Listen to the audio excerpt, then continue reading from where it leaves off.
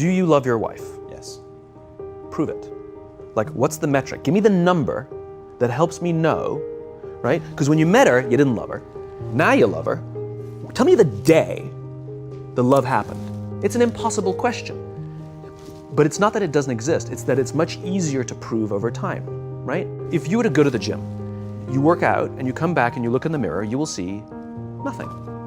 And if you go to the gym the next day and you come back and you look in the mirror, you will see nothing, right? So clearly there's no results, can't be measured, it must not be effective. So we quit, right? Or if you fundamentally believe that this is the right course of action and you stick with it, you commit yourself to the regime, the exercise. You can screw it up. You can eat chocolate cake one day, you can skip a day or two. You know, it allows for that. But if you stick with it consistently, I'm not exactly sure what day, but I know you'll start getting into shape. I know it. And the same with the relationship. It's not about the events. It's not about intensity. It's about consistency, right? You go to the dentist twice a year, your teeth will fall out. You have to brush your teeth every day for 2 minutes. What does brushing your teeth twice a day for 2 minutes do? Nothing. Unless you do it every day, twice a day for 2 minutes, right? It's the consistency. Going to the gym for 9 hours does not get you into shape. Working out every day for 20 minutes gets you into shape. But it's the daily practice of all the monotonous, little, boring things like brushing your teeth that matter the most. Leadership is exactly the same. There's no event.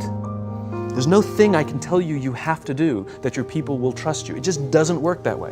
It's an accumulation of lots and lots of little things that anyone by themselves is innocuous and useless. Literally, pointless by themselves. People will look at little things that are good leadership practices and say, that won't work. And you're absolutely right. But if you do it consistently, and you do it in combination with lots of other little things, like saying good morning to someone, that looking them in the eye. My friend George, who's a 3-star general in the Marine Corps, he says his test for leadership, and I love this, he goes, his test for a good leader is if you ask somebody how their day is going, you actually care about the answer. Right? The number of times we're walking to a meeting, we're rushing, we go, how are you? Not good, I gotta get to you later, I'm late for a meeting. If you ask the question, you were standing there and you were listening to the answer. It's those little innocuous things that you do over and over and over and over that people will say, I love my job. And the same with the relationship. She didn't fall in love with you because you remembered her birthday and bought her flowers on Valentine's Day. She fell in love with you because when you woke up in the morning, you said good morning to her before you checked your phone. She fell in love with you because when you went to the fridge to get yourself a drink, you got her one without even asking. She fell in love with you because when you had an amazing day at work and she came home and she had a terrible day at work, you didn't say, yeah, but let me tell you about my day. You sat and listened to her awful day and you didn't say a thing about your amazing day. This is why she fell in love with you.